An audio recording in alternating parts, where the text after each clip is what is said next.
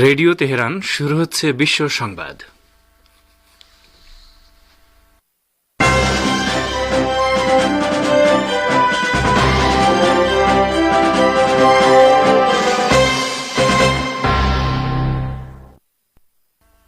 প্রথমেই সংবাদ শিরোনাম।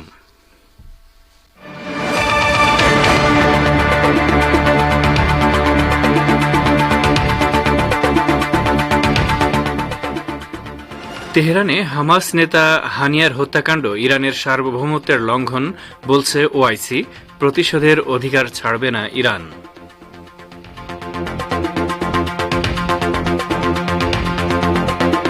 হানিয়ার হত্যাকাণ্ডের জবাবে ইরান অবশ্যই পাল্টা হামলা চালাবে, ভীত হয়ে পড়েছে হাইফা বন্দর এলাকার ইহুদিবাদীরা। ডক্টর ইউনূসকে প্রধান করে শপথ নিচ্ছে বাংলাদেশের অন্তর্বর্তী সরকার। আওয়ামী লীগ নিষিদ্ধ চান কর্নেল অলি আহমেদ।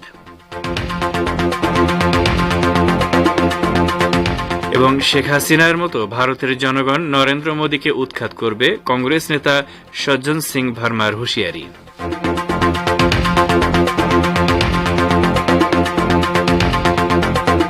আসসালামু আলাইকুম। বিশ্ব সংবাদের গুরুত্বপূর্ণ অংশগুলো শুনলেন, এবারে বিস্তারিত।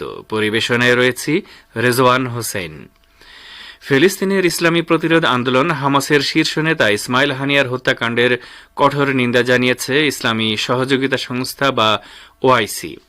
সংস্থাটি বলেছে, ইরানের রাজধানী তেহরানে এই হত্যাকাণ্ড সংঘটিত করার মধ্য দিয়ে ইহুদিবাদী ইসরায়েল তার অপরাধ ও নৃশংসতা নতুন করে তুলে ধরেছে। গতকাল সৌদি আরবের বন্দরনগরী জেদ্দায় ৫৭ জাতির বিশেষ অধিবেশনের পর এক বিবৃতিতে এসব কথা বলেছে ওআইসি। এতে বলা হয়েছে, অবৈধ দখলদার ইহুদিবাদী ইসরায়েল ইসমাইল হানিয়ার ঘৃণ্য হত্যাকাণ্ডের জন্য সম্পূর্ণভাবে দায়ী। সংস্থার বিবৃতিতে হুঁশিয়ারি উচ্চারণ করে বলা হয়েছে, দখলদার ইসরায়েলের চলমান অপরাধযজ্ঞের কারণে আঞ্চলিক নিরাপত্তা ও স্থিতিশীলতা হুমকির মুখে। এর বিরুদ্ধে ব্যবস্থা নিতে জাতিসংঘ নিরাপত্তা পরিষদকে অনুরোধ করেছে ওআইসি। একই ধরনের বক্তব্য দিয়েছেন সৌদি আরবের উপ পররাষ্ট্রমন্ত্রী ওয়ালিদ আল খেরেজি। তিনি বলেন, হানিয়ার হত্যাকাণ্ড ইরানের সার্বভৌমত্বের সুস্পষ্ট লঙ্ঘন।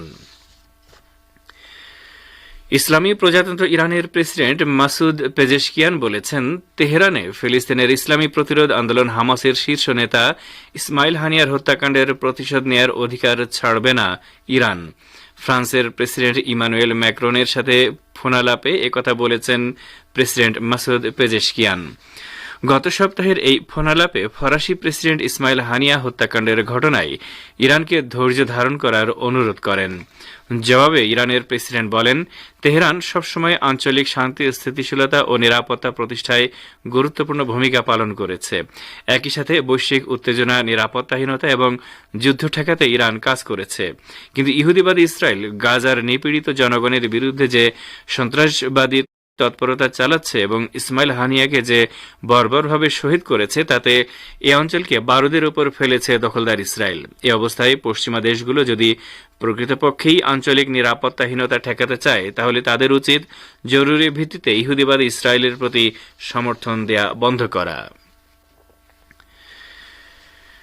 ইসলামী প্রজাতন্ত্র ইরানের ভারপ্রাপ্ত পররাষ্ট্রমন্ত্রী আলী বাকেরি কানি সুস্পষ্ট করে আবারও বলেছেন, হামাস নেতা ইসমাইল হানিয়াকে তেহরানে হত্যার পর ইহুদিবাদী ইসরায়েলের বিরুদ্ধে পাল্টা হামলা করা ছাড়া ইরানের সামনে কোনো বিকল্প নেই। তিনি বলেছেন, জাতিসংঘ নিরাপত্তা পরিষদের নিষ্ক্রিয়তার সুযোগ নিয়ে ইহুদিবাদী ইসরায়েল যাতে ইরানের বিরুদ্ধে আর হামলা করতে না পারে, সেজন্য এই পদক্ষেপ নেওয়া জরুরি। গতকাল সৌদি আরবের বন্দরনগরী জেদ্দায় ইসলামী সহযোগিতা সংস্থা বা ওআইসির পররাষ্ট্রমন্ত্রীদের বিশেষ জরুরি বৈঠকে আলী বাকেরি কানি এসব কথা বলেন। তিনি বলেন, আন্তর্জাতিক আইন কানুন লঙ্ঘন করে ইহুদিবাদী ইসরায়েল ইরানের বিরুদ্ধে যে আগ্রাসন চালিয়েছে, সে ব্যাপারে জাতিসংঘ নিরাপত্তা পরিষদ নিষ্ক্রিয় থাকায় ইরানকে এখন তার সহজাত অধিকার প্রয়োগ করতে হবে। এছাড়া ইরানের সামনে দ্বিতীয় পথ খোলা নেই। ইরানি পররাষ্ট্রমন্ত্রী আরও বলেন, গত কয়েক মাস ধরে অবরুদ্ধ গাজা উপত্যকায় ইসরায়েল গণহত্যা চালাচ্ছে এবং হামাস নেতা ইসমাইল হানিয়ার উপর গুপ্তহত্যা চালিয়েছে। এগুলো ইহুদিবাদী ইসরায়েলের আঞ্চলিক এবং বিশ্বব্যাপী সন্ত্রাসবাদের পরিষ্কার উদাহরণ। এদিকে ইহুদিবাদী ইসরায়েলের হাইফা বন্দরে ইসলামী প্রজাতন্ত্র ইরান এবং লেবাননের হিজবুল্লাহ যোদ্ধারা হামলা চালাতে পারে বলে ভীতি ছড়িয়ে পড়েছে। হামাস নেতা ইসমাইল হানিয়াকে ইরানে শহীদ করার পর এই ভীতি ছড়িয়ে পড়েছে ইসরায়েলিদের মধ্যে। ইসরায়েলের প্রভাবশালী দৈনিক পত্রিকা হারেজ গতকাল এক প্রতিবেদনে বলেছে, হাইফা এলাকায় বসবাসরত ইহুদিবাদীদের মনে মারাত্মক রকম ভীতি ছড়িয়ে পড়েছে যে ওই এলাকায় অবস্থিত পেট্রোকেমিক্যাল কারখানাগুলোতে হিজবুল্লাহ এবং ইরান হামলা চালাতে পারে। এসব পেট্রোকেমিক্যাল কারখানায় বিপুল পরিমাণে দাহ্য পদার্থ রয়েছে। এই দুশ্চিন্তা হাইফা এলাকায় বসবাসরত ইসরায়েলিদের রাতের ঘুম কেড়ে নিয়েছে। হাইফা এলাকায় বসবাসরত এক ব্যক্তি হারেজ পত্রিকাকে বলেছে, আমরা বিস্ফোরকের ব্যারেলের উপর বসে আছি এবং কি ঘটতে যাচ্ছে তা নিয়ে আমরা খুবই ভীত সন্ত্রস্ত। ইসরায়েলের পরিবেশ সুরক্ষা বিষয়ক মন্ত্রণালয়ের বরাত দিয়ে হারেজ পত্রিকা জানিয়েছে, হাইফা বন্দর এলাকায় ১৫০০ রকমের বিপজ্জনক উপাদানের উপস্থিতি রয়েছে, যার মধ্যে ৮০০ দাহ্য পদার্থ রয়েছে।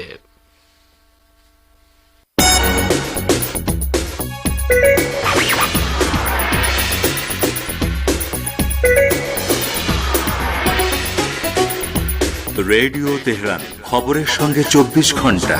ভিজিট করুন আমাদের ওয়েবসাইট parstoday.ir/dn।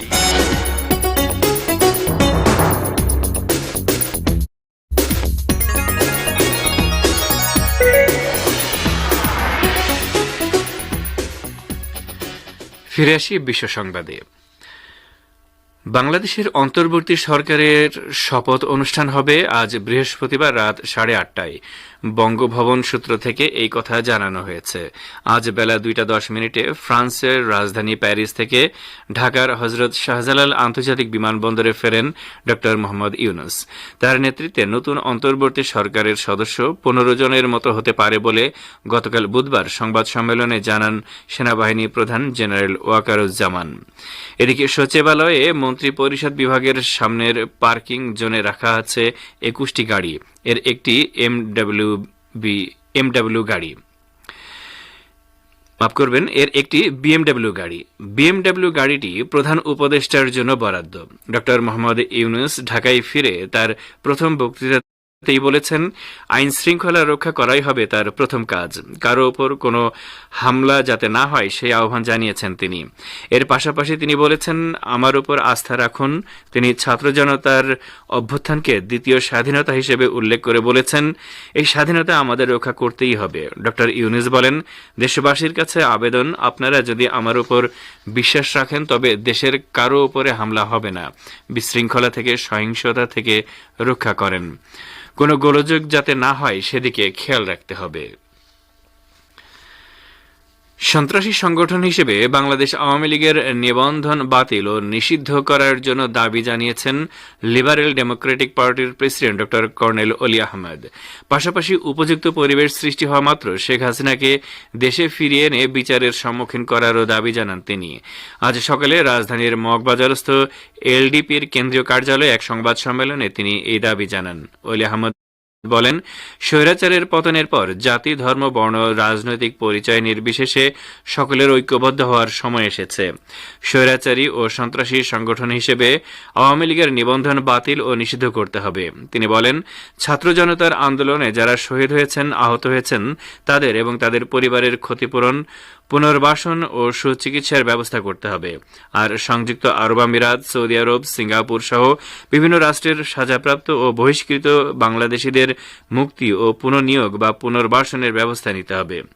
কর্নেল অলি বলেন, 2009 সাল থেকে যারা উপযুক্ত প্রমাণাদি ছাড়াই রাজনৈতিক প্রতিহিংসার শিকার হয়েছেন তাদের বিরুদ্ধে সকল মিথ্যা মামলা তুলে নিতে হবে এবং যারা গ্রেফতার ও বন্দী হয়েছেন তাদের অবিলম্বে মুক্তির ব্যবস্থা করতে হবে। সাবেক সংসদ সদস্য এম ইলিয়াস আলী সহ সরকার কর্তৃক অপহৃত, নিহত ও গুম করা ব্যক্তিদের তালিকা তৈরি করে বিচার নিশ্চিত করতে হবে। এজন্য স্বতন্ত্র তদন্ত কমিশন গঠন করতে হবে। আপনারা বিশ্ব সংবাদ শুনছেন রেডিও তেহরান থেকে, আরও প্রচারিত হচ্ছে শর্টওয়েভ 25 মিটার ব্যান্ডে। বাংলাদেশের সাবেক প্রধানমন্ত্রী শেখ হাসিনার মতো ভারতের জনগণ একদিন নরেন্দ্র মোদীকে উৎখাত করবে বলে মন্তব্য করেছেন মধ্যপ্রদেশের কংগ্রেস পার্টির নেতা সজ্জন সিং ভার্মা। ভারতীয় গণমাধ্যম হিন্দুস্তান টাইমসের খবরে বলা হয়েছে, সোমবার শেখ হাসিনা প্রধানমন্ত্রীর পদ থেকে পদত্যাগ করে দেশ ছেড়ে পালিয়ে দিল্লিতে যাওয়ার পরপরই এমন মন্তব্য করেছেন কংগ্রেসের ওই নেতা। ভারতের প্রধানমন্ত্রী নরেন্দ্র মোদীর ভুল নীতির কারণে দেশটির জনতা একদিন তার সরকারি বাসভবন দখলে নিতে পারে বলেও মন্তব্য করেছেন ওই নেতা। তার এই বক্তব্য নিয়ে রাজনৈতিক মহলে সমালোচনার ঝড় শুরু হয়েছে। ইন্দোর মিউনিসিপ্যাল কর্পোরেশনে কথিত কেলেঙ্কারির বিরুদ্ধে বক্তৃতা করার সময় ভারতীয় টিভি চ্যানেলগুলোকে উদ্ধৃত করে বাংলাদেশে ভুল নীতির কারণে ক্ষমতাচ্যুত হাসিনার প্রসঙ্গ টেনে ভার্মা বলেছেন, বাংলাদেশে ভুল নীতির কারণে হাসিনাকে উৎখাত করেছে সেখানকার জনগণ। তারা প্রধানমন্ত্রীর বাসভবনে প্রবেশ করে তা দখলে নিয়েছে। এ সময় তিনি ভারতের প্রধানমন্ত্রী মোদীকে সতর্ক করে বলেছেন, নরেন্দ্র মোদীজি মনে রাখবেন, আপনার ভুল নীতির কারণে একদিন ভারতের জনগণ আপনার বাসভবনে প্রবেশ করবে। জাতিসংঘে ইসলামী প্রজাতন্ত্র ইরানের স্থায়ী মিশন বলেছে, তেহরানের বিরুদ্ধে সন্ত্রাসবাদী আগ্রাসন এবং হামাস নেতা ইসমাইল হানিয়াকে গুপ্ত হত্যার জন্য ইহুদিবাদী ইসরায়েলকে অনুতপ্ত করতে চায় ইরান। ইহুদিবাদী ইসরায়েলের সাথে হামাসের যুদ্ধবিরতির চুক্তি আসন্ন এবং এই চুক্তির পর ইরান ইসমাইল হানিয়ার হত্যার প্রতিশোধ নেওয়া থেকে বিরত থাকবে কিনা এমন প্রশ্নের জবাবে স্থায়ী মিশন এই ঘোষণা দিয়েছে। মিশন বলেছে, তারা একই সাথে দুটি অগ্রাধিকারকে সামনে রেখে কাজ করছে। ইরান প্রথমত চাইছে গাজা উপত্যকায় একটি স্থায়ী যুদ্ধবিরতি এবং দখলদারের সম্পূর্ণ প্রত্যাহার। দ্বিতীয়ত, ইরান হামাস নেতা ইসমাইল হানিয়ার গুপ্ত হত্যার জন্য আগ্রাসী ইসরায়েলকে শাস্তি দিতে চায়। একই ধরনের কথা বলেছেন ইরানের ভারপ্রাপ্ত পররাষ্ট্রমন্ত্রী আলী বাকেরি কানি। তিনি গতকাল বলেছেন, ইসলামী প্রজাতন্ত্র ইরান ইহুদিবাদী ইসরায়েলের এই অপরাধযজ্ঞের প্রতিশোধ নিতে দৃঢ় প্রতিজ্ঞ। তিনি বলেন, ইসমাইল হানিয়ার শাহাদাতের ঘটনায় পাল্টা হামলা চালানো ছাড়া ইরানের সামনে বিকল্প নেই।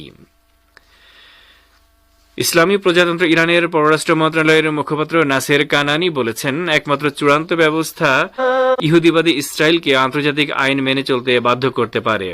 একই সাথে তিনি হামাস নেতা ইসমাইল হানিয়া ঘৃণ্য ও ভয়াবহ হত্যাকাণ্ডের নিন্দা জানান।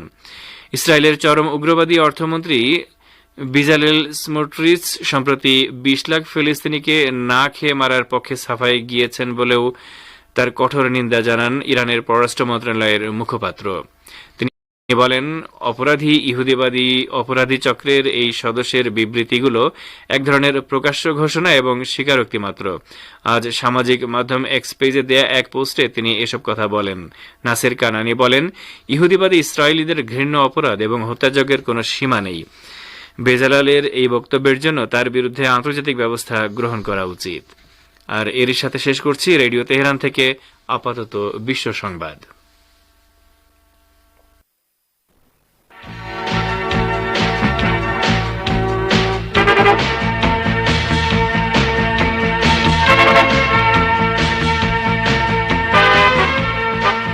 বিশ্ব সংবাদ শুনলেন রেডিও তেহরান থেকে। এবারে আমন্ত্রণ জানাচ্ছি সংবাদ ভাষার অনুষ্ঠান দৃষ্টিপাতে। জায়নিজম বা ইহুদিবাদ হচ্ছে উপনিবেশবাদীদের একটি প্রকল্প। এই প্রকল্পের অংশ হিসেবে ফিলিস্তিন জবরদখল করে ইসরায়েল প্রতিষ্ঠা করা হয়েছে। এই প্রকল্পের স্বরূপ সম্পর্কে এখন রয়েছে একটি প্রতিবেদন, শুনুন সোহেল আহমেদের পরিবেশনায়। উপনিবেশবাদী শাসকেরা উপনিবেশবাদের শিকার দেশগুলোর জনগণের পক্ষ থেকে বাধ্য করা না হলে কিংবা আন্তর্জাতিক চাপের শিকার না হলে ঔপনিবেশিক শাসন ত্যাগ করে নিজ দেশে ফিরে গেছে এমন নজির নেই বললেই চলে। ইতিহাস সাক্ষী দেয়, ব্যাপক খুনাখুনি ও রক্তপাত ছাড়া কোনো ঔপনিবেশিক শাসনের অবসান হয়নি। ফিলিস্তিনি ভূখণ্ডের উপর চাপিয়ে দেয়া ইসরায়েল নামক অবৈধ রাষ্ট্র সৃষ্টি হয়েছে উপনিবেশবাদী ব্রিটিশ সরকারের তৈরি করা ইহুদিবাদ নামক প্রকল্পের আওতায়। কাজেই ফিলিস্তিনি ভূখণ্ড থেকে ইহুদিবাদীদের বিতাড়িত করার জন্য ব্যাপক রক্তপাতের প্রয়োজন হচ্ছে। আজ গাজা উপত্যকায় যে রক্তপাত চলছে তা ইহুদিবাদ নামক প্রকল্পকে উৎখাতের অনিবার্য মূল্য হিসেবে ধরে নেওয়া যায়। ইহুদিবাদ নামক প্রকল্পের জন্মলগ্ন থেকে ফিলিস্তিনি জনগণের বিরুদ্ধে যে জাতিগত শুদ্ধি অভিযান শুরু হয় সে সম্পর্কে আমেরিকা সহ পশ্চিমা দেশগুলো এখন পর্যন্ত নীরবতা অবলম্বন করে এসেছে। এই প্রক্রিয়া বিশ্লেষণ করলে দেখা যাবে ইহুদিবাদ মূলত একটি উপনিবেশিক শাসন, কারণ এই প্রকল্পের শাসকেরা অন্যান্য উপনিবেশবাদী শাসকদের মতো স্থানীয় জনগণকে নির্মূল করার পরিকল্পনা বাস্তবায়ন করে এসেছে। আধুনিক ফিলিস্তিনে সহিংসতার ইতিহাস 1882 সাল থেকে 2000 সাল পর্যন্ত উল্লেখযোগ্য। 1882 সালে ইহুদিবাদী অভিবাসীদের প্রথম দলটি ফিলিস্তিনে পৌঁছায়।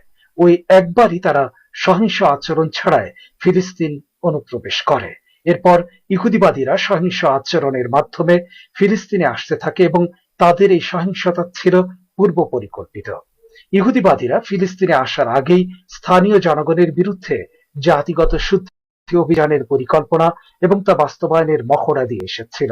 1920 সালের মাঝামাঝি সময়ে ব্রিটিশ সরকারের সহযোগিতায় ইহুদিবাদীরা ফিলিস্তিনের 11টি গ্রামের অধিবাসীদের কচুকাটা করে সেগুলোর উপর পূর্ণ নিয়ন্ত্রণ প্রতিষ্ঠা করে।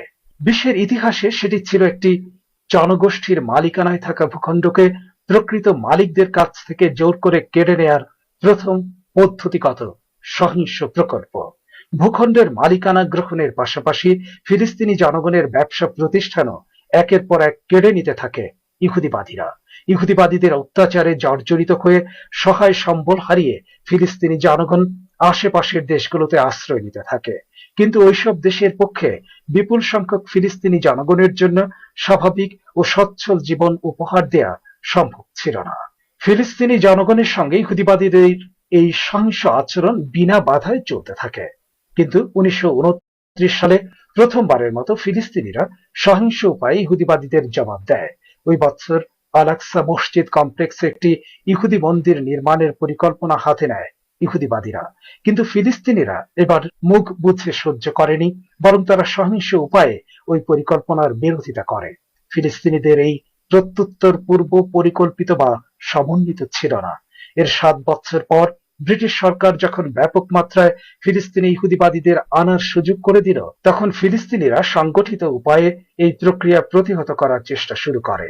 1936 থেকে 1939 সাল পর্যন্ত চলা এই প্রতিরোধ আন্দোলনকে প্রথম ইন্তিফাদা নামে অভিহিত করা হয়।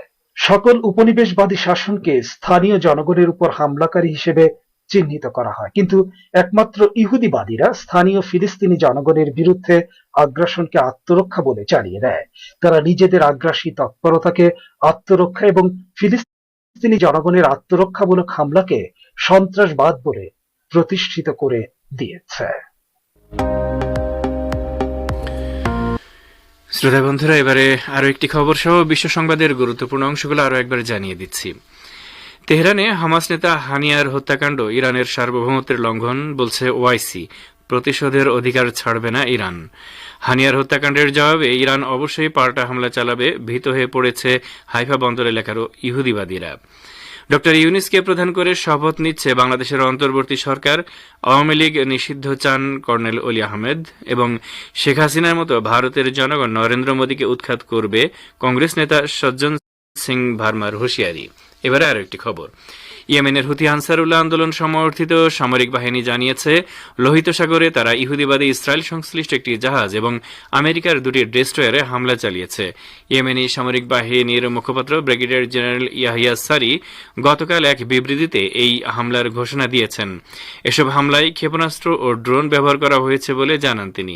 জেনারেল সারি বলেন, ইউএসএস কোল ও লেসেনের উপর ড্রোন ও ব্যালিস্টিক ক্ষেপণাস্ত্র হামলা হয়েছে।